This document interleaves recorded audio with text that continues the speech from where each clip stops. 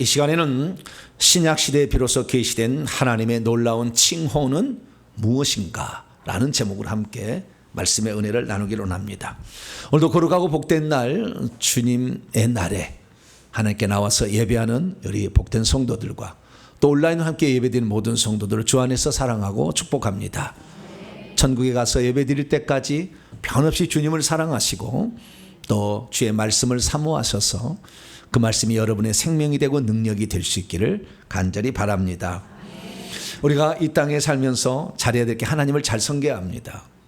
하나님을 섬길 줄 모르면 우상을 섬기거나 귀신을 섬기게 되죠. 그런데 우리가 이것이 잘 안 보이니까 이걸 잘 모르고 귀신의 가르침을 성령의 가르침으로 따라가는 자도 있고, 하나님이라고 섬기고 있지만 하나님이 아닌 것을 하나님인 것처럼 섬길 수도 있죠. 그러면 결국에 천국집이 안 지어지는 겁니다. 우리가 열심히 신앙생활을 했으나 결국에 헛된 삶을 살 수가 있는 거죠. 그래서 우리는 성경에 기록된 하나님을 잘 믿어야 합니다. 성경에 기록된 하나님이 참 하나님이에요. 그래서 우리는 성경에 기록된 하나님을 잘 알아야 되는데 그 하나님을 체계적으로 공부할 시간이 별로 없었어요. 그래서 제가 이번에 성경을 보는 눈을 끝내고 무엇을 해야 될까 고민하다가 하나님에 대해서 한번 이렇게 말씀을 체계적으로 듣는 시간을 가졌으면 좋겠다 이렇게 생각하고 하나님에 대해서 신론에 대해서 공부를 시작했어요. 그랬더니 제가 다른 사람은 신론에서 어떻게 공부를 했나 봤더니 전부 교리 강해만 하고 있어요. 교리 강해만.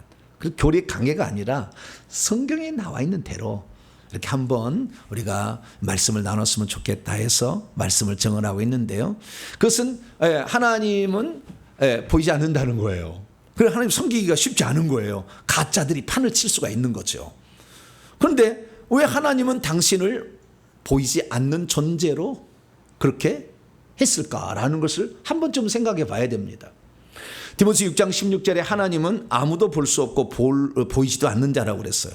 그것은 요한복음 4장 24절에 하나님은 영이시에요. 누가복음 24장에 보면 영은 살과 뼈가 없다고 그래요. 그러니까 영은 보이지 않고 살과 뼈도 없는 거예요. 그래서 하나님은 볼 수가 없는데 그럼 볼 수 없는 분이 우리가 영원히 그러면 없다고 할 수가 있느냐? 아니죠. 그분은 당신이 살아계심을 드러내는 존재이기 때문에 알 수가 있는 거예요.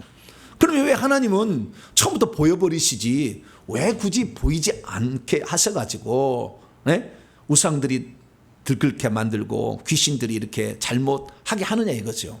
그것은 하나님이 보여버리면 문제가 생겨요. 하나님이 보여버리면 문제가 생겨요. 왜냐하면 하나님이 보인다고 하면은 보이는 형상을 내가 봤다 그럴까요? 누가? 내가 하나님 봤더니 이렇게 생겼더라. 그럴 거 아니에요. 그러면 어떻게 생겼길래 나도 좀 봐보자. 그러면 그림을 그릴 게 아니에요. 그러면 그림과 간다면은 형상을 좀 만들어 봐라. 그럴 거 아니에요. 그러면 이제 어떤 형상을 만들 거 아니에요. 그러면 그 형상이 요게 맞다 이렇게 하는데 사람들은 이제 형상을 만들게 되면 그 형상이 하나님인 줄 알아버려요. 이제 나중에 거기다 절을 하고 거기다 기도를 빈다 그 말이에요. 하나님은 거기만 있는 게 아니에요. 만약에 그 형상이 이 동탄에 있다고 한다면 전 세계 사람이 하나님을 섬기려면 어디로 와야 돼요? 동탄으로 와야 되는 거예요.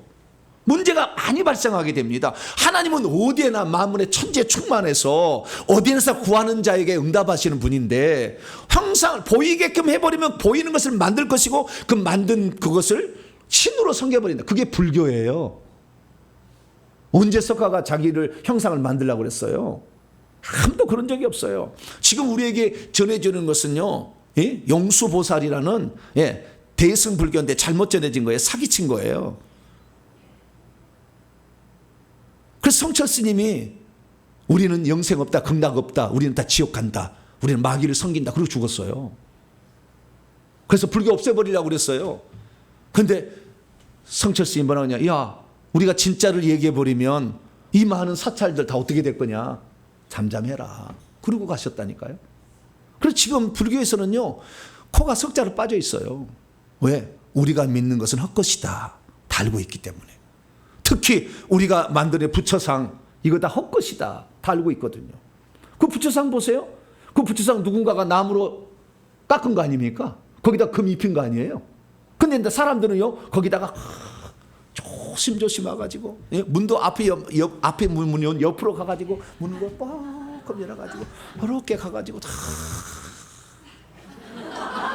뭐 어떻게 해 좌우지간. 그냥 물도 조용히 따라. 거기에 무슨 시킨다고 물을 쫙 얼마나 무릎을 꿇고 열심히 하는지 몰라. 나무라니까 그거 나무 누가 깎아놓은. 왜 그걸 섬기는데. 그게 보이게 돼버리면 우상 숭배하게 되는 거예요. 그래서 하나님은 영원토록 보이지 않고 어디에서나 하나님은 찾을 수 있도록 할렐루야. 그래서 보이지 않는 거예요. 그러면 하나님 보이지 않는다고 그러면 안 계시느냐? 아니다는 거죠. 그래서 하나님은 보이지 않으나 계시다는 것을 반드시 표현을 하시는 분이에요. 그래서 하나님이 당신이 홀로 계실 때가 있었을 거 아닙니까? 혼자. 예. 그리고 홀로 계실 때는 누가 알아줘요? 안 알아줘요? 못 알아주죠. 그러니까 이제 뭔가를 만들어가지고 당신이 계시다는 것을 드러내기 시작했어요. 하나님은 당신이 가지고 있는 것을 당신 혼자 누리기를 원하지 아니하시고 우리 인간에게 주시기를 원해서 결국에 우주 만물을 창조하는 거예요. 그래서 결국에 인간에게 주는 거예요. 그게 천국 들어가서 상속자 되는 건데, 자, 우리가 하나님은 당신이 계시다는 것을 어떻게 표현했느냐? 그것은 우주 만물을 창조하심으로. 이게 창조하심으로 시간과 공간이 생겨지면서 이 창조물이 생겨났다는 것은 그것을 창조하는 이가 있다는 것을 알려줄 거 아닙니까? 여기에 제가 맨날 물을 먹잖아요. 네. 그 물컵 여기다 있는데 이 물컵이 우연히 생겨가지고 색깔이 딱 해서 딱 이게 문양이 나무 문양이 새서 쑥 날아다니 딱 이렇게 딱 앉을 수가 있어요, 없어요? 이거 없어. 불가능해. 이거 누가 만들었으니까 여기 있을 거 아니에요. 그렇지 온 우주 만물이 누가 만들었으니까 있었겠죠. 모든 게 그러지 않습니까? 시계 하나를 봐도 누가 만들었으니까 있는 거지. 차카차카 돌아가게 하는 것도 다 이게 정교하게 만들었을 거 아니에요. 하늘을 바라보는데 이 태양을 지구가 돌아가잖아요. 예. 근데 이 지구가 이 지금 공중에 달아놓은 거 아닙니까? 공중에 달아놨는데 이 지구가 뚝 떨어져야 될 거 아니에요? 이거 하면 뚝 떨어지잖아요. 이렇게 떨어지듯이. 아니 그 지구가 얼마나 무거워요. 왜 안 떨어지죠? 누가 끈 달아놨습니까? 없잖아요. 근데 우리가 돌팔비진할 때요, 돌을 탁 돌리게 되면은 원심력에 의해서 속도가 나면요 바깥쪽으로 이렇게 날아가려는 속성이 있어요. 그 지구가 지금 태양을 주위를 도는데 1년에 한 바퀴 도는데 1167km로 빠른 속도로 돌아요. 그러면 막 돌면은 지구가 막 바깥으로 가려고 해야 되잖아요. 바깥으로 가야 되는데 지구하고 태양의 거리가 항상 일정해. 끈달아놨습니까? 왜 바깥쪽으로 안 가는 거예요? 조금만 만약에 바깥쪽으로 가면 추워서 못 살아. 태양보다 멀어지니까. 조금만 안쪽으로 가면 화성 뜨거워서 못 살아. 근데 그 간격이 1cm도 안 틀리고 지구가 창조된 이래로 한 번도 안 틀리고 그대로 돌아가고 있다는 거 아니에요? 어떻게 그게 가능해? 여러분들 예배 시간에 항상 정확히 맞출 수 있어요, 없어요? 한 번이라도 정확히 맞춰보신 분? 없어. 대부분 1초라도 틀려. 인간은 좌우지간 그게 정확히 맞춰지지 않는다니까. 그런데 이게 어떻게 딱 맞춰? 한 바퀴 도는데 딱 1년인데 요 시간 1초도 안 틀려. 항상 그 시간 돈다고 말해. 어떻게 이럴 수가 있냐 이거죠. 그래서 그 자연 만물은 나를 창조하신 이가 있다라고 선포를 하고 있는 거예요. 그래서 믿음의 눈으로 바라봤던 시편 기자 다윗은 이렇게 노래를 해요. 뭐라고 노래냐? 하늘이 하나님의 영광을 선포한대요. 그 푸른 창공에 궁창이 그의 손으로 해달 별들이 있는데 항상 일정하게 아침에는 해가 떠오르고 저녁에만 해가 지고 아침에 떠오르는 그 태양의 장관이 얼마나 멋있으며 해질녘에 또 이 태양이 얼마나 멋있네. 그죠? 네. 그래서 하나님의 하신 일을 아름답고 조화롭게 선하게 창조하셨구나. 그것을 나타낸다는 거죠. 날은 날에게 말하고 밤은 밤에게 지식을 전해요. 자, 날이 무슨 입이 달렸습니까? 말을 하고. 밤이 무슨 지식을 가지고 있습니까? 근데 생각해 보세요. 여러분, 낮이 오면 밤이 와요, 안 와요? 그럼 밤이 오죠. 또 밤이 오면 또 낮이 오는 거예요. 인생에 우리가 낮과 같은 아주 잘 살 때도 있지만 인생의 고난과 역경으로 들어갈 때도 있다는 거예요. 밤이 올 수 있어요. 밤이 인생에. 밤이 오지만 너무 절망하지 말아야 될 것은 새벽이 다시 밝아온다. 할렐루야. 그래서 자연 만물을 보게 되면 우리의 인생이 지금 괴롭다 해서 괴로운 게 아니라 반드시 좋은 날이 온다. 할렐루야. 해는 다시 동쪽에서 떠오르듯이 우리의 삶은 하나님이 함께 하심으로 새로운 날이, 새로운 엄청난 아름다운 날이 올 거다. 할렐루야. 그래서 말은 안 해. 그놈들이 낮이 말을 하고 뭐 밤이 말하는 게 아니에요. 근데 그걸 통해서 우리는 알 수 있다는 거죠. 그래서 3절, 언어도 없고 말도 없고 들리는 소리도 없으나 그의 소리가 온 땅에 통하고 있고 그의 말씀이 온 세상까지 이렇게 퍼치고 있다. 할렐루야. 그렇다는 거예요. 야, 그래서 우리는 정말로 말도 안 되는 거지만 이 우주 만물에 돌아가는 이치를 보면 질서가 있다라는 거죠. 봄이 되면 여름이 되고 여름이 되면 가을이 되고 가을이 되면 겨울이 된다. 제가요 동탄에 와가지고요 매우 실망했다고 실망할 수 있어요. 꼭 그런 건 아니지만 실망한 게 뭐냐면 제가 열심히 하면 무슨 열심이에요? 정열심이잖아요. 정열심이야. 열심히 하면 정열심이. 얼마나 열심히 살았는지 몰라. 어떤 분이래요. 목사님 설교를 들어보니 5년 전에도 그렇게 열심히 있게 하대요. 그러시? 나 열심히 했다니까. 지금만 열심히 게 아니었다니까. 근데 이 동탄에 왔는데 말이죠. 이 동탄에 교회가 하나도 없었어요. 기존 교회 있잖아요. 기존 교회는 여기 있던 본토배기 교회가 2개가 있었어요. 그 교회는 나중에 생겼어요. 그 종교부지 받아가지고. 그래서 처음에는 전부 다 똑같이 왔다 그 말이에요. 그래서 똑같이 여기 똥 하게 되면 나는 열심을 하고 내가 또 성경을 공부를 열심히 했으니까 반드시 나는 성공한다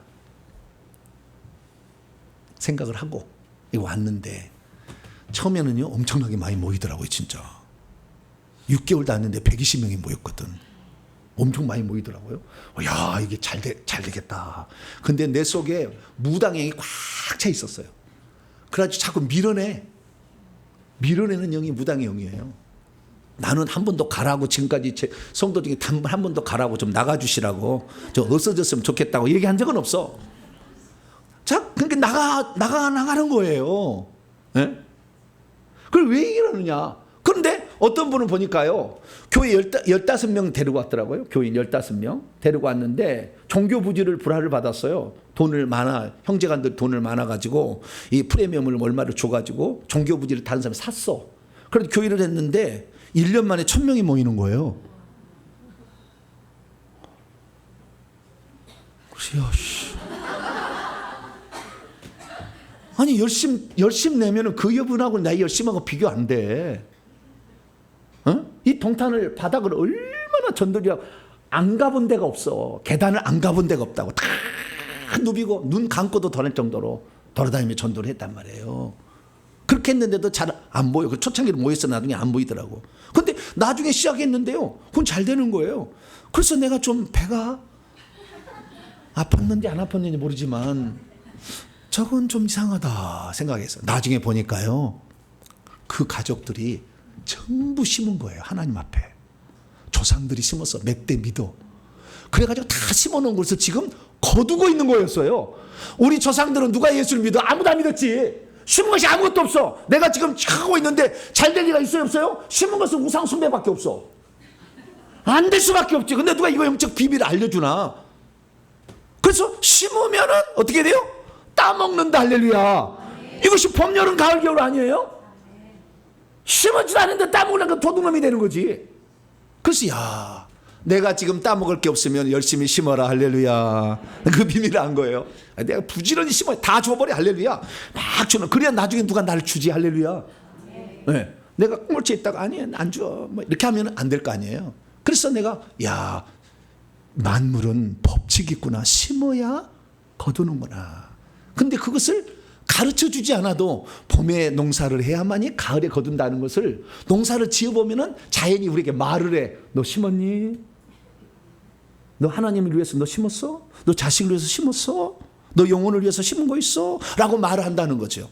그래서 우리는 그 말을 통하여, 말하지 않는 말이지만 그 말을 통하여, 아, 하나님이 우리에게 이렇게 말씀하시는구나. 할렐루야. 그걸 깨닫는다는 거죠. 그래서 우리는 자연 만물의 이 창조를 통하여서 하나님이 계시다는 것을 알게 되는 거죠. 뿐만 아니라 하나님은 당신이 계시다는 걸 어떻게 아느냐? 도저히 벗어날 수 없는 속박에 있는 사람을 초자연적 역사로 끄집어내서 하나님이 아니면 하실 수 없는 일을 행함으로 하나님이 계시는구나 이렇게 알려주세요. 할렐루야. 그 대표적인 것이 이스라엘 민족이에요. 이스라엘 민족이 야곱을 따라서 70명이 애굽 땅에 들어갔는데 자기 아들 요셉이 애굽의 공주총리가 있어가지고 거기서 잘 살았는데 애굽의 국무총리가 죽어나자 이제 하나님 그 이스라엘의 요셉의 공로를 모르는 바로왕이 나와가지고 저 민족이 우리 민족보다 더 많아진 저것들을 압제를 해서 이것들 농사를 시켜야 되겠다 그래서 막 벽돌 이기기 진흙 이기기 막 이렇게 엄청난 힘든 일을 막 시킨 거예요. 이 자식을 많이 깠어요. 그래서 생육이 중다하고 이렇게 나와 엄청 많이 까버렸어. 네. 그래가지고 그냥 엄청 많이 이제 생긴 거예요. 그러니까 더 무섭잖아요. 그러니까 애굽 사람들이 막 지배를 하는 거 괴롭히고 나중에는 아들 낳으면 나일강에 다 죽여라 딸은 살리고 막 그런 명령까지 한 거예요. 그러니까 이 이스라엘 민족이 하나님 우리가 죽겠습니다라고 부르짖게 돼 하나님이 드디어 역사를 시작합니다. 그래서 하나님이 아니고서는 하실 수 없는 일들을 행하기 시작해요. 나일강을 피로 막 만들어 막. 어느 땅에는 우박이 내리는데 어떤 땅은 우박이 안 내리게 만들어. 나중에는 장자만 죽여. 어떻게 장자인지 차자인지 어떻게 그것이 구별이 되냐고 말이에요. 근데 그 집에 장자만 죽이는 거예요. 그래서 하나님이 이스라엘 민족을 구출했는데 왜 그러면은 그렇게 했느냐 이거예요. 왜 애굽에 재앙을 내렸느냐? 그건 애굽 사람이 하나님을 모르니까. 모세한테 하나님 그랬잖아요. 내 백성을 보내라고 하라고 바로한테 가서. 그래서 모세가 바로한테 가서 내 백성을 보내라고 합니다. 3일길 가서 제사를 하나님 드린다고 하니까 하나님 백성을 보내주세요. 그랬더니 야 일하기 싫어서 지금 굳이 너 일하기 싫으니까 지금 그러는 거지. 너희들 그러면 안 되지. 너희들 종인데 말을 들어야지. 안 보내. 누가 보냈다는? 여호와께서 보냈다고 그래. 예? 여호와? 난 몰라. 여호와가 어디 있어? 네, 난 몰라. 그런 거예요. 그러니까 하나님이 틱다 그냥 애굽에다가 10가지 재앙 확 내려버린 거예요. 말도 안 되는 일을. 그러니까 나중에 어때요? 애굽 사람이 그래도 말 안 듣고 나중에 어떻게 하냐면 출애굽기 14장 4절 보니까 바로가 그 애굽 사람 그 자기 군대와 더불어서 이스라엘 민족 죽이려고 병거 600성을 갖고 쫓아왔는데 저 홍해다가 수장에서 다 죽여버려. 그래서 애굽 사람으로 하여금 나 여호와가 있다는 것을 나의 이름이 여호와라는 것을 나는 분명히 있다는 것을 알게 하려고 재앙을 내려버렸어. 할렐루야. 그래서 구출을 내고 이스라엘 민족은 구출을 받았죠. 저기는 재앙을 내렸지만 그 놀라운 역사로 하나님께서 광야에 왔지만 농사 한 번도 안 지었는데 굶어 죽지 않았어. 광야 같은 데서. 어떻게 했을까? 하늘에서 만나가 내렸잖아. 말도 안 되는 이야기지만 그래서 하나님께서는 초자연적 역사로 당신의 백성들을 구출해낸다는 것을 보여주심으로 하나님이 계시다는 걸 알려줬어요. 할렐루야. 그래서 우리는 창조의 은총과 구속의 은총을 통하여 하나님이 계시다는 것을 알게 됩니다. 그 구속의 은총이 이스라엘 민족은 샘플이었어요. 하나님은 온 인류가 마귀 바로 왕과 같은 마귀와 귀신들에게 지배당하고 있으면 영원히 고통을 받을까 봐 하나님이 그의 아들을 보내가지고 우리를 구출하셨으니 그 아들이 예수 그리스도. 할렐루야. 그래서 예수 그리스도로 말미암아 모든 인류가 구원받게 하셨으니 예수님이 이 땅에 구원하러 오셨을 때 예수님이 뭐라 그러냐? 나를 보낸 자가 있다고 그랬어요. 누가 있다고 그래요? 나를 이렇게 구출하라고 보낸 자가 있다는 거예요. 그것은 너희들이 하나님이라고 부르는 그 아버지가 계신다라고 얘기를 한 거예요. 그랬더니 그 하나님 좀 보여달라고 빌립이 제자가 얘기를 했어요. 그래서 야야야야 빌립아 나를 본 것은 아버지를 본 거다. 왜? 나는 아버지가 파송에서 왔어. 그리고 아버지가 지금 내 안에 계셔. 근데 나를 본 것은 아버지를 본 것이다. 할렐루야. 그래서 우리는 오늘 하나님이 보이지는 않아도 보이는 예수님이 이 땅에 왔다 가는 것을 통해서 우리는 하나님이 계시다는 걸 알 수가 있습니다. 그러면 그 하나님은 당신의 이름을 어떻게 계시하셨을까요? 누구든 이름이 있잖아요. 이름이 근데 그 이름을 초창기도 안 알려줬어요. 나중에 어쩔 수 없이 모세가 모세야 너 내 백성을 구원하러 가라 했더니 아니 누가 보냈다고 할까요? 아이 그래? 나 여호와가 보냈다고 해라. 누구요? 나 여호와가. 그의 이름이 여호와, 나 여호와가 보냈다고 해라.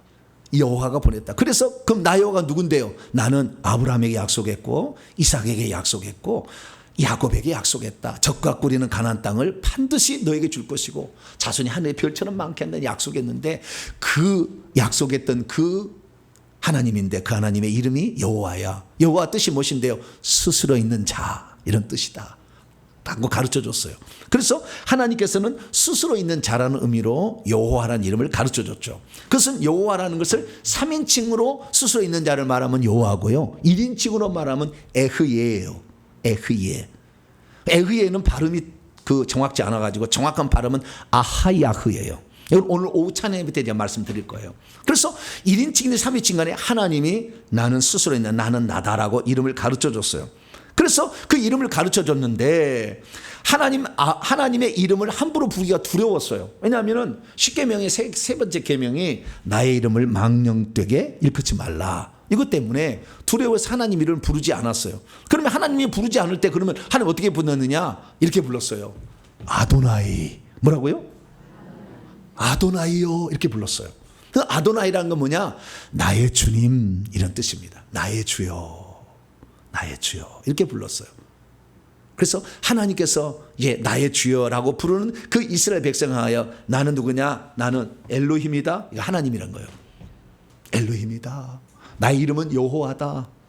그 다음에 나는 전능자다. 전능한 하나님이다. 엘샤다이, 샤다이, 전능자다. 나는 지극히 높은 하나님이다. 엘리온이다. 뭐 이런 식으로 가르쳐줬어요.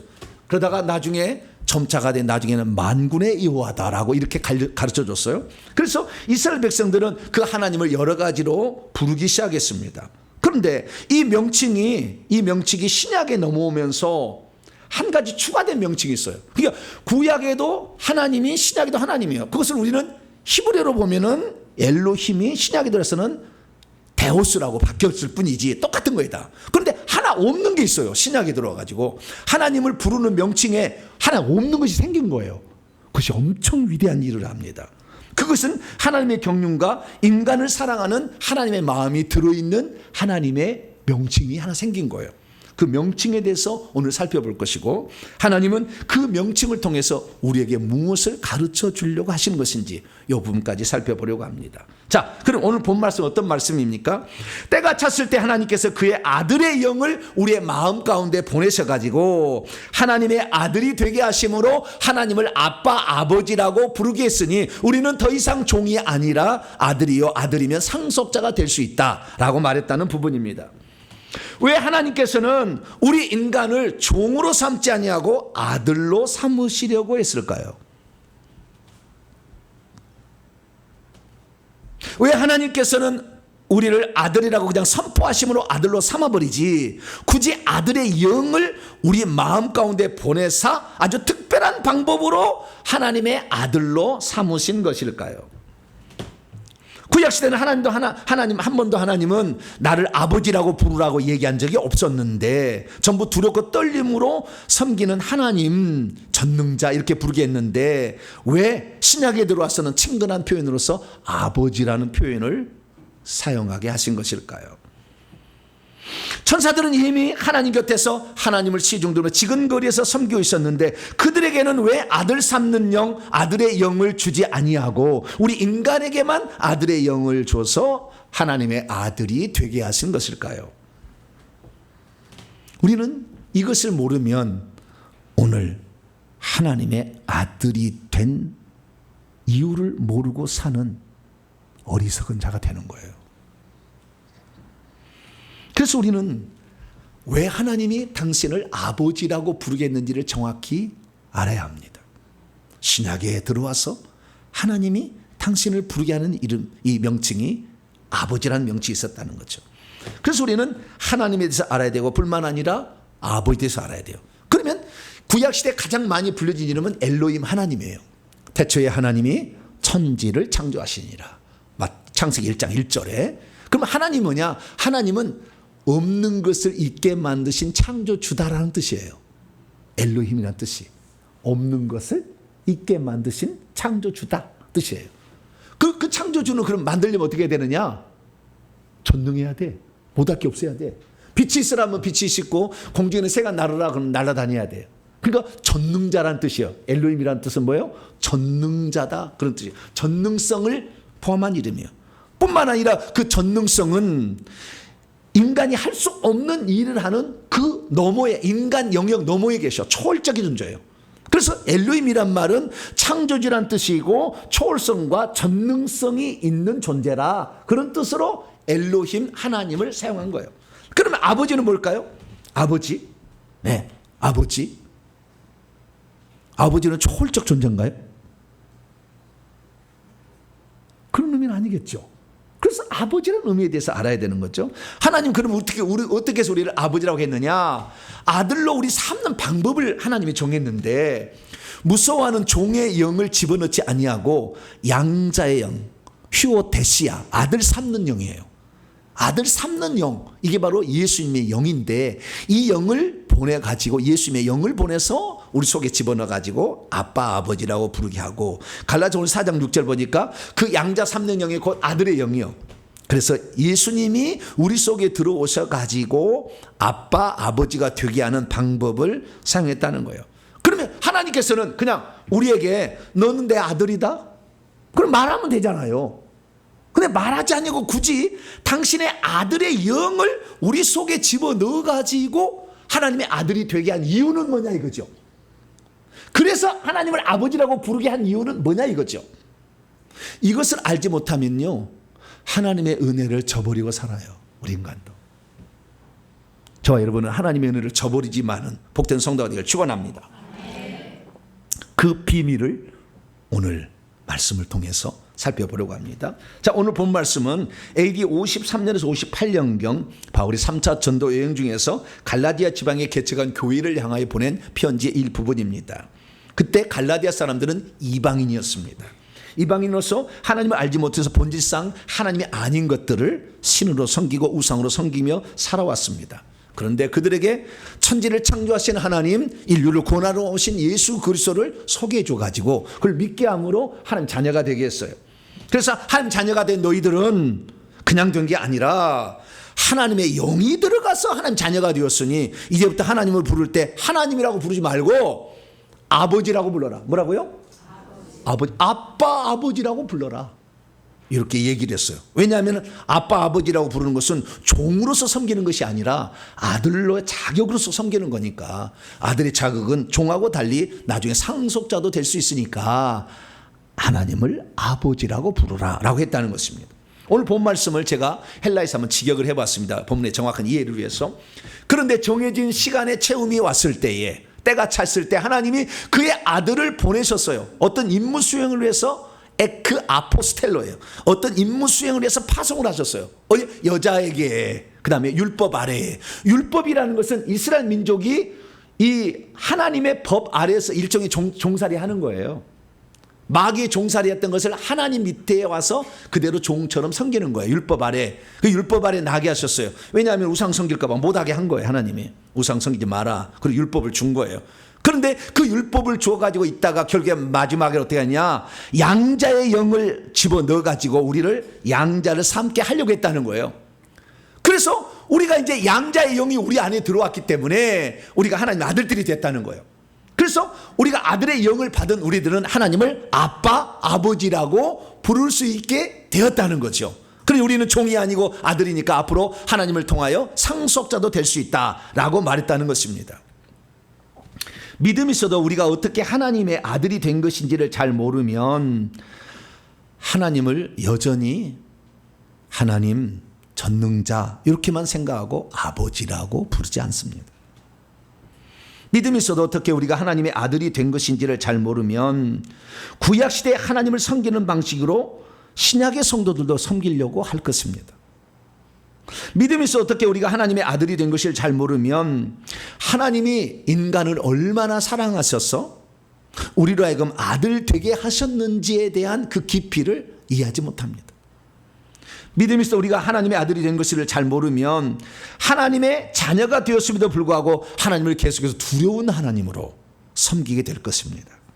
믿음이 있어도 어떻게 우리가 하나님의 아들이 된 것인지를 잘 모르면 하나님을 여전히 하나님이나 주님, 전능자로 부를 뿐 감히 하나님을 아빠, 아버지라고 부르지 못할 것입니다. 믿음이 있어도 우리가 어떻게 하나님의 아들이 된 것인지를 잘 모르면 우리가 기도했을 때 그 기도를 응답해 주시는 분이 하나님이라고 생각할 뿐 아버지가 응답해 줄 것이라고 생각지 못합니다. 믿음이 있어도 우리가 하나님의 아들이 어떻게 되는지 잘 모르면 우리가 잘못했을 때 하나님 내리는 징계가 구약적 방식으로 내게 내릴 게 아닌가, 우리를 버려버리는 게 아닐까라는 의심까지 하게 될 것입니다. 그러므로 우리 성도들은 우리가 하나님의 자녀가 된 것은 그냥 선언해서 된 것이 아니라 하나님의 아들의 영을 우리 마음 가운데 보내서 되게 한 것이므로 하나님의 아들이 들어와서 아들이 된 자라는 것을 잊지 말게 되길 축원합니다.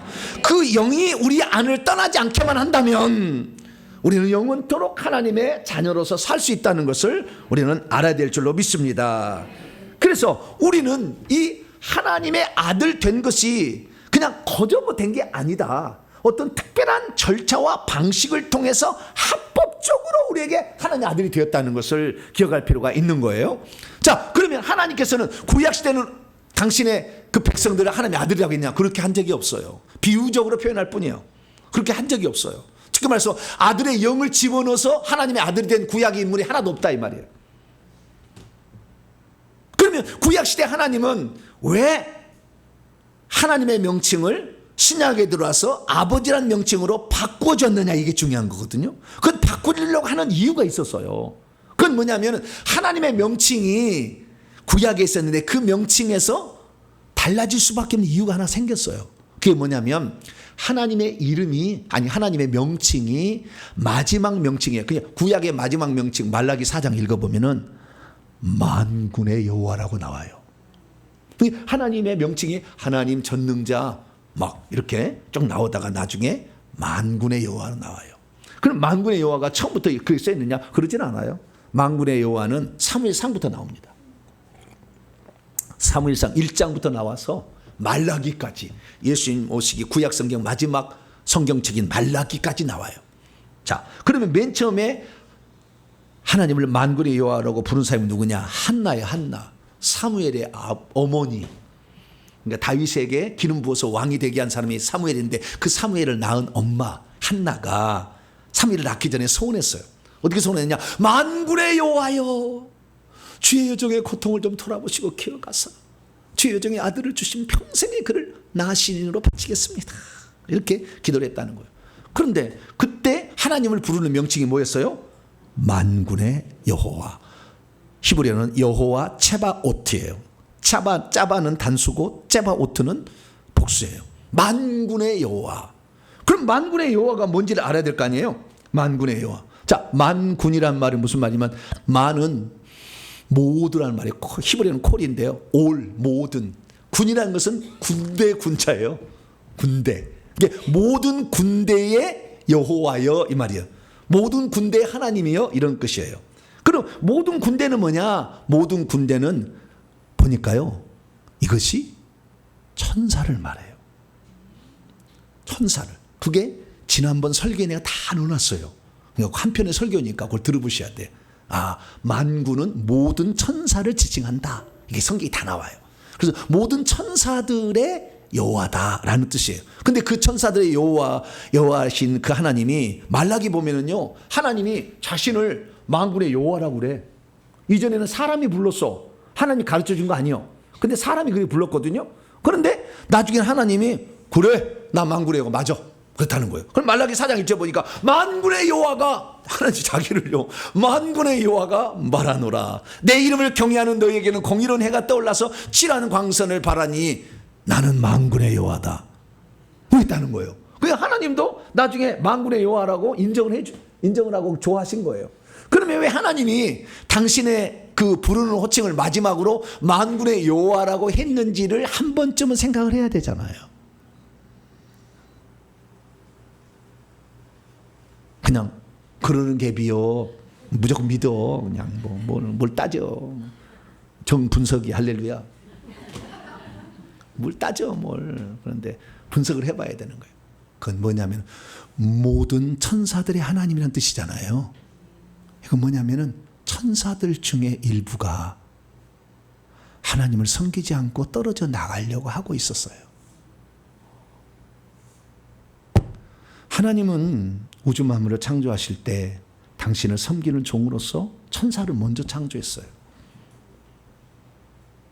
그래서 부리는 영으로 시편 103편 20절에 보면은 이 하나님의 뜻을 행하며 그 말씀의 소리를 듣고 그 일을 행하도록 하기 위해서 종으로서 천사를 지었다는 거예요. 그래서 천사들인데 그 천사들이 하나님의 종으로 섬기면 영원히 천국에서 행복하게 살 수 있을 텐데 고역하기 시작한 거예요. 누가? 하나님이 지은 천사들 중에 최고의 지혜로운 놈이, 최고로 능력 있는 놈이 나도 하나님 되고 싶다. 나도 경배를 받고 싶다. 이런 생각을 품게 된 거예요. 그래서 만군의 여호와, 나는 모든 천사들을 창조해서 천사들로부터 섬김과 경배를 받는 존재인데 나를 섬기지 않고 떨어져 나갈 놈이 있다. 천사들아, 난 만군의 여호와야. 잘 들어야 돼. 그리고 떨어져 나가려고 마음만 품었어요. 아직 떨어져 나가지 않아요. 구약에는 하나님의 종들이요, 여전히. 구약에 마귀도 하나님의 여전히 종들. 욥기서 보세요. 다 종이에요. 하나님 허락 받고 하지 그냥 지 마음대로 하지 않아. 구약에도, 구약 시대는 아직 그런 마음, 나쁜 마음을 품고 있었지만 아직 그들이 쫓아내지는 않았어요. 쫓아내지 않으면서 뭐요? 너희들이 계속 그렇게 하면 안 될 걸, 그런 거예요. 왜? 너희들은 원래 내가 지을 때 나의 말을 순종하라고 종으로 지은 것인데 너희들이 떨어져 나간다면 너희들이 받을 형벌이 얼마나 큰 줄 아니? 그러니 나는 만군의 여호와다. 난 만군의 여호와야. 얘기를 한 거예요. 그래서 천사들에게 경고를 날린 거예요. 뿐만 아니라 이스라엘 백성도 마찬가지예요. 이스라엘 백성을 구원하셨잖아요. 근데 하나님의 다른 신을 자꾸 섬기려고 하잖아. 우상을 막 해와 달과 별들을 섬기고 바알신, 아세라신, 수많은 신들을 산당을 세워서 막 섬기려고 하잖아. 그거 하면은 안 돼. 그래서 하나님께서 우상을 숭배하는 자들에게는 그 죄값을 3, 4대까지 물어서 빨리 돌이키게 하려고 그렇게 했음에도 불구하고 인간들도 하나님께 계속 벗어나가려고 그래요. 떨어져 나가려고 하는 거예요. 그래서 인간과 하나님에게 하나님 뭐라냐? 나 만군의 여호와다. 모든 것은 내가 지었고 나의 다스림 안에 있어야 가장 행복하다. 나를 떠나서는 얼마나 너희들이 고통스러운지를 몰라. 그거 하지 않았으면 좋겠어. 나 만군의 여호와야. 계속 그렇게 얘기를 한 거예요. 그런데도 인간은 죄를 보면서 하나님을 떠나기 시작했고 천사가 드디어 계속해서 사탄 마귀의 같은 마음을 품어서 계속 세력이 규합되는 거예요. 그러다가 말라기 선지자가 BC 400년에 쓴 건데 예수님이 공생을 시작할 때 마태복음 12장 보면은 귀신의 왕 바알세불, 사탄의 나라를 얘기해요. BC 400년에서 AD 30년 사이에 사탄의 왕국이 생겼어. 하늘에서 사탄이 자기를 따르는, 하나님을 배역하고 배반하는, 자기의 창조주를 거역하는 일을 하는 자들을 규합을 계속 한 거예요. 그래서 이 땅에 벌써 그 나라를 세워간 거예요. 그래서 하나님이 이 땅에 보내가지고 너희들이 잘못된 것을 반드시 처벌하리라. 그래서 예수님이 오셔가지고 사탄 마귀를 이겨서 쫓아버려요. 그래서 예수님이 십자가에서 매달리고 부활하신 다음에 하늘에 쫓아버려요. 다시는 못 들어가요. 지금 그래서 이게 만군의 여호와라는 표현 속에는 하나님의 안타까움과 슬픔이 들어있어요. 너희들을 내가 얼마나 행복하게 살 수 있도록 너희들을 지었는데 나를 배반하고 떠나는 것은 너희들에게 참혹한 결과가 있으니 내가 만군의 여호와인 것을 기억하라. 그렇게 얘기한 거예요. 그런데 놀라운 변화가 찾아오기 시작했습니다. 뭔 찾아오기 시작했느냐? 예수님이 공생을 시작할 때 제자들에게 기도를 할 때 이렇게 말한 거예요. 야 제자들아, 너희들이 기도할 때는 구약적 방식으로 기도하면 안 된다. 너희들이 기도할 때는 이렇게 해야 돼. 골방에 들어가서 문을 닫고 은밀한 중에 보시는 너의 아버지에게 기도하라. 은밀한 중에 보시는 내 아버지께서 갚아주신다. 이제 하나님이 너의 아버지 아버지가 될 거다라는 것을 암시하기 시작한 거예요. 제자들이 그러면 어떻게 기도할까요? 물어봤어. 근데 마태복음 6장 9절에 너희는 이렇게 기도하라고 주기도문을 가르쳐 주는 거예요. 하늘에 계신 우리 아버지, 하늘에 계신 우리 하나님이요, 하늘에 계신 우리 주님이요, 하늘에 계신 우리 아저씨요, 아저씨가 아니네.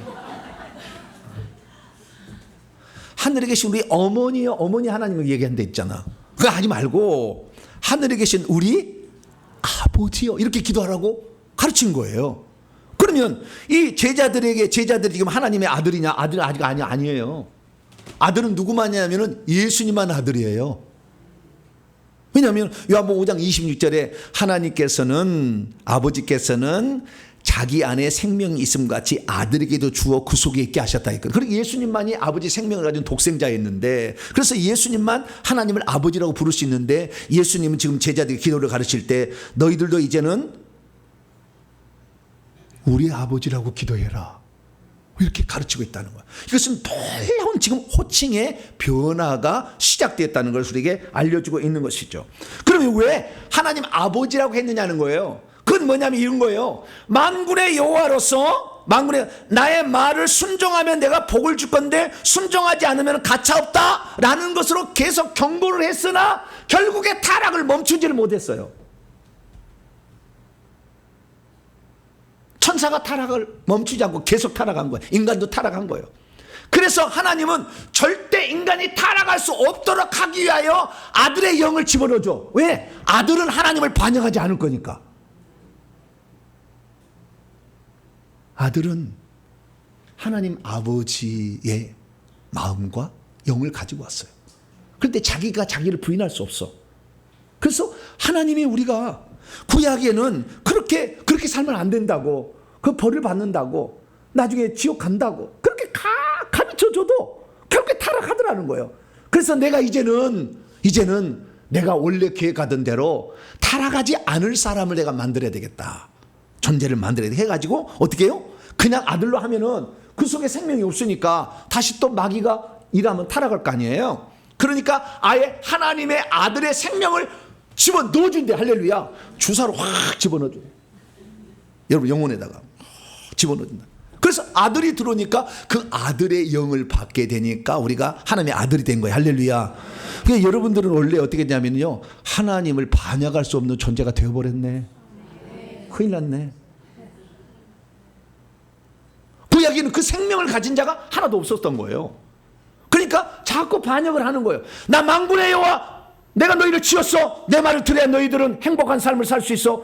안 들으면 너희는 큰일 나. 아무리 경고를 해도 안 듣는다 그 말.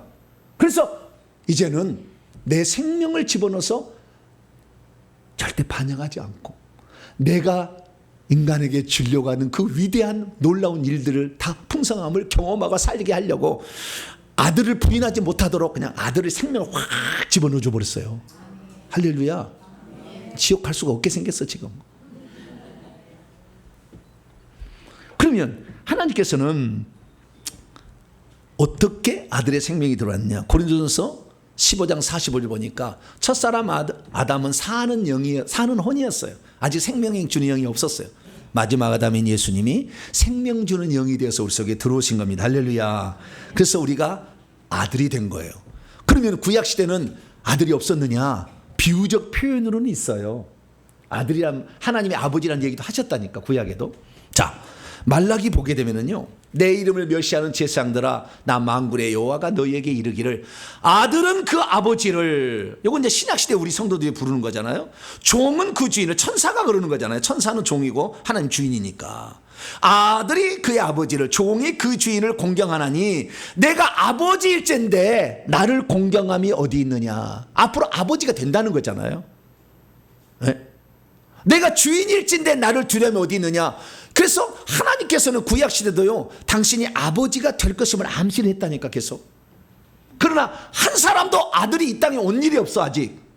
그 아들이 죽어서 생명 주는 영이 되어 들어가잖아요. 예수님이 이 땅에 오셔서 죽은 것은 우리의 죄를 속죄하기 위해서 피 흘리기 위함도 있을 뿐만 아니라 당신이 가지고 있는 생명을 우리도 주어서 하나님 자녀로 탄생케 하려고. 할렐루야. 그 목적. 근데 구약에는 아직 아들이 안 왔잖아. 그러니까 구약에 아직 생명이 안 들어갔다니까. 다 믿음만 갖고 살았어 다. 구약에는. 대단해.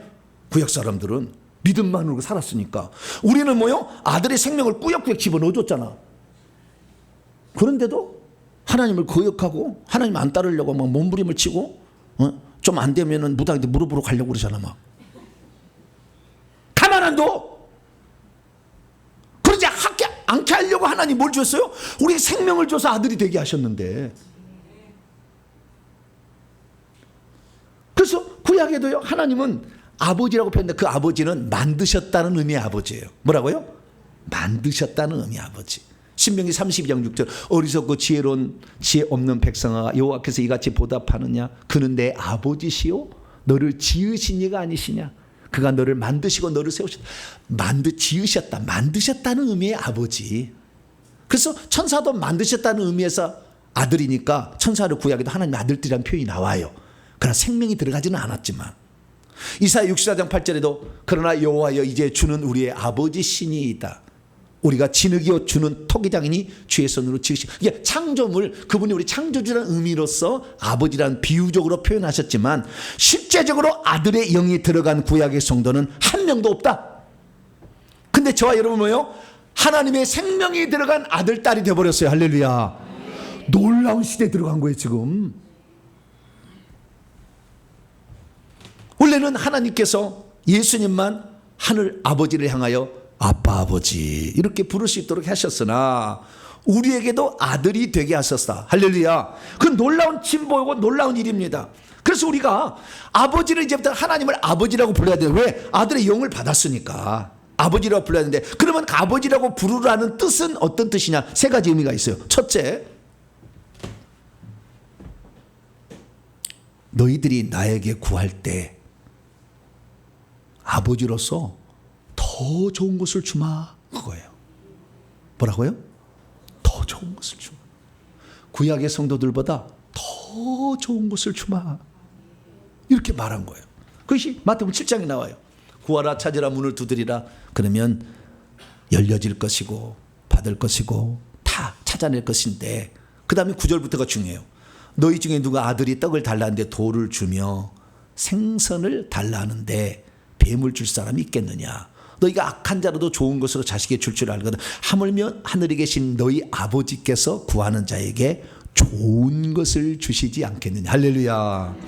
그러니까 하나님 우리 아버지가 되는 것은요, 좋은 것을 주는 거야. 자, 여기에 종놈이 하나 있어요. 뭐가 있어요? 종놈이. 여기는 아들이 하나 있어요. 종이 뭘 달라고 하는 거하고 아들이 달라고 하는데 누구에게 좋은 거 주실래요? 왜? 왜 아들에게 좋은 걸 줘요? 네? 종은 나하고 떠나면 아무 상관없잖아. 여기는 아들은 떠나도 아들이잖아. 그래 안 그래요? 그러니까 아들은 이게 안 되는 거예요, 이렇게. 그래서 아들은 더 좋은 걸 주잖아요. 그러니까 하나님 구약에는요, 떠나면 반드시 징계버렸다니까. 구약에는 가만 안 놔둬서 징계했어. 칼과 전염병 막 기근으로 막 쳐버렸다고. 그냥 놔두지 않았어요. 그런데 신약에서는 아들이 되어버렸으니까 아들은 너는 더 좋은 것을 주마, 그 준다는 거예요. 그러니까 여러분들이 하나님의 아들, 하나님을 부를 때 아버지라고 많이 부르기를 바랍니다. 그러면 더 좋은 것을 주신대요. 그러려고 아버지라고 부르겠다는 거예요. 그러니까 하나님 아버지 이렇게 부르세요. 하나님 아저씨 어디 계세요? 이러지 말고, 저 멀리 있는 것처럼 초월적 존재를 하지 말고 하나님 아버지, 아버지, 아버지, 할렐루야, 이렇게 부르라는 거예요. 두 번째는 뭐냐? 두 번째는 그 아버지는 혹시 자식이 잘못했어도 죽여버리거나 멸망을 시키지 않는다는 거예요. 잘. 여기 종이 잘못했어요. 시킨지 잘못했어요. 그럼 어떻게 돼요? 해고를 해보든지, 채찍을 때리든지. 그러지만 아들에게는 어떻게 아세요? 아들아, 그렇게 하면 안 되지. 그리고 아들은 좀 더 봐주는 게 있다, 그 말이에요. 그래서 오늘날에요, 여러분들이 하나님의 아들이 딸이 되어가지고 살고 있기 때문에 여러분이 좀 잘못해도 하나님이 징계를 안 내리고 있어요. 그러니까 안 내리고 있었으니까 나는 지금 죄를 지어도 괜찮은 거다 생각하는데 착각하지 마. 여러분들을 아끼고 사랑해서, 참 아들이니까 여러분의 유익을 위해서, 여러분이 깨끗한 자가 되기 위해서 때로는 채찍을 대지만 그 채찍을 죽여버려라 이러지 않는다, 그 말이에요. 할렐루야. 그래서 징계를 내려도 그 자식이 잘 되기 위한 징계를 내리는 거지. 종이 잘못하면 없애버리거나 그냥 죽여버리거나 이렇게 하지만 아들은 그렇지 않는다는 거예요. 그래서 여러분들이 오늘 징계를 받는다 할지라도 그 징계가 여러분의 유익한 징계라는 걸 믿으시고, 여러분들이 혹시 어려움을 당한 데서 하나님 나를 끝내버린 게 아니라 그걸 통해서 아버지께 돌아오게 하는 것이고, 더 하나님을 신뢰해서 하나님이 약속한 걸 받으라고 한 것인지 알아야 된다고 말이죠. 그 육체의 아버지도 우리를 징계하는데 공경하는데 하물며 하늘에 계신 영의 아버지께 더욱 복종하며 살지 않겠느냐. 그래서 우리가 우리의 유익을 위하여 하나님은 징계한다는 것을 믿고, 하나님을 나를 징계한다고 너무 실망하지 않고 그 하나님께 반항하지 말고, 하나님이 나를 사랑해서 빨리 돌아오는 거구나, 그렇게 아시고 가시기 바랍니다. 세 번째는 뭐냐면 아들이면은 종하고 틀리면 종은 절대 상속하지 않아, 주인의 것을. 종은. 그러나 아들은 상속을 해줘. 잘한 놈에게는, 잘한 자에게는. 왕이 여러 아들이 있지만 세자를 세워서 왕으로 세우는 것은 잘한 사람에게 그렇게 한다는 거잖아요. 종은 아무리 잘해도 상이 없어요. 그러나 하나님의 아들, 딸이 되게 되면 상이 있다는 거예요. 할렐루야. 그래서 여러분들이 자발적으로 하나님의 나라를 위해 일을 하게 되면 여러분들은 하늘나라에 가서 엄청난 상을 받게 돼 있어요. 왜? 우리는 아들이니까. 그 아들 잘한 사람은 하나님이 상속자로도 만들어준다고 했으니까. 우리는 종이 아니에요. 버려질 막 쓰레기 되는 게 아니에요. 아들이고 하늘나라를 유업으로 받을 상속자로서 우리를 하나님이 만드셨다는 것을 기억하고, 너희들이 나에게 이렇게 나를 섬길 때 종처럼 섬기지 말고 내가 하나님께 받을 장차 기업이 있다는 걸 알고 스스로 알아서 잘 섬기는 이 복된 자가 되기를 바랍니다. 그래서 우리는 오늘 우리 주님께서 우리를 영원히 떠나지 않으려고 성령이 되셔서 예수님이 세상 끝날까지 성령으로 우리 안에 지금 계신 줄 믿으시기 바랍니다. 그렇기 때문에 우리가 이 땅에 살게 될 때에 내가 하나님을 아버지라고 부르게 됐다는 것은 만군의 여호와의 슬픔이 있었던 거예요. 나와 함께 영원히 살기를 원했으나 생명이 없는 자들이 나의 곁을 떠나는 슬픔이 있었던 거죠. 그래서 더 이상 하나님은 슬퍼하지 않으려고 우리에게 생명을 주어서 아들이 되게 했는데, 오늘 우리는 과연 하나님의 기대에 얼마나 보답하며 살아가고 있습니까? 하나님이 나를 아들이어서 치지 않고 있는데도 나는 죄지도 괜찮은 것처럼 하나님의 마음을 슬프게 하고 살아가고 있지는 않습니까? 우리는 하나님의 기대가 있다는 걸 알아야 돼. 넌 내 아들이다. 내가 너를 얼마나 아끼고 사랑하는데, 너는 그걸 모르고 계속해서 우상을 숭배하고 나를 저버리고 가려고 하는구나. 제발 그러지 마라. 나 만군의 여호와 거기에서 이제는 너희 아버지가 되었으니 꼭 나의 마음을 알고 빨리빨리 돌이키고, 그리고 나한테 돌아와서 내가 너희를 위해 예비한 아름다운 상, 조금만 충성하면 주는데 그 상을 받기를 바란다는 아버지의 마음에 합당한 삶을 살게 되기를 간절히 바랍니다. 거룩하신 하나님, 감사합니다. 우리 인간을 하나님 종으로 만들지 아니하시고 하나님의 아들로 만드셔서 하늘나라를 물려주려고 하는데, 하나님, 우리는 하나님의 뜻도 모른 채 구약의 성도처럼 하나님을 저버리고 가려고 합니다. 우리의 연약함과 잘못을 용서하여 주시고 아버지의 뜻을 알고 하나님을 기쁘시게 하는 저희들 되게 해 주시옵소서. 우리 주 예수 그리스도의 이름으로 기도하옵나이다.